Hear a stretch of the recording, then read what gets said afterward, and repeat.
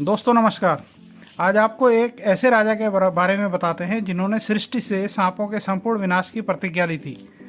महाभारत युद्ध के बाद पांडवों के हस्तिनापुर पर राजपाट करने के बाद जब सभी हिमालय पर जाने लगे पांडव, तब हस्तिनापुर में राज करने का जिम्मा अभिमन्यु के पुत्र परीक्षित को दे दिया गया।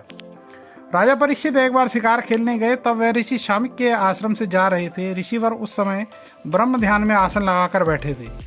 राजा परीक्षित की ओर ध्यान न देने पर परीक्षित क्रोधित हो गए और उन्होंने महर्षि के गले में एक मरा हुआ सांप डाल दिया। जब ऋषि ध्यान से उठे तो उन्हें भी बहुत गुस्सा आया और उन्होंने राजा परीक्षित को श्राप दिया कि वह सांप के काटने से ही मृत्यु को प्राप्त होगा। राजा परीक्षित ने इस श्राप से मुक्ति पाने के लिए अनेकों प्रयास किए, पर कोई लाभ नहीं हुआ। राजा परीक्षित ने सांप से बचने के लिए एक ऐसा भवन बनवाया जिसमें कोई भी प्रवेश ना कर सके। एक दिन एक ब्राह्मण राजा से मिलने वहां पहुंचा और राजा परीक्षित को एक पुष्प भेंट किया। उसी फूल में एक कीड़े की शक्ल में सांपों का राजा तक्षक बैठा था। उसने मौका मिलते ही सर्प का रूप धारण कर राजा परीक्षित को डस लिया, जिससे राजा परीक्षित की मृत्यु हो गई। राजा परीक्षित की मृत्यु के बाद उनके पुत्र जनमेजय हस्तिनापुर की गद्दी पर बैठे। वे पांडव वंश के अंतिम राजा थे। राजा जनमेजय ने अपने पिता स्वर्गवासी राजा परीक्षित की मृत्यु का कारण जानने के बाद सर्पमेघ यज्ञ का आयोजन किया, जिससे वे धरती से सभी सांपों का सर्वनाश कर सकें।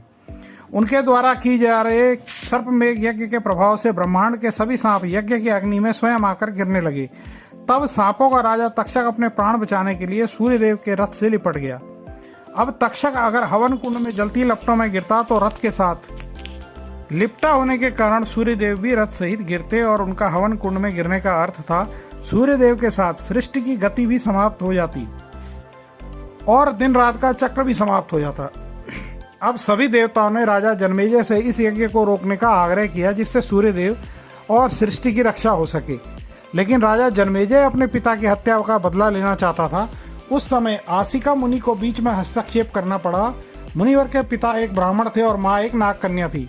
राजा जनमेजय ने आसिका मुनि की बात मानकर सर्पमेघ यज्ञ समाप्त किया, जिससे सांपों के राजा तक्षक के प्राणों की रक्षा हो सकी। तो दोस्तों, कैसी लगी आपको ये जानकारी? आप हमारे चैनल को लाइक करें, सब्सक्राइब करें, बेल आइकन की घंटी बजाएं और कमेंट बॉक्स में हमें कमेंट भी भेजें। धन्यवाद। नमस्कार।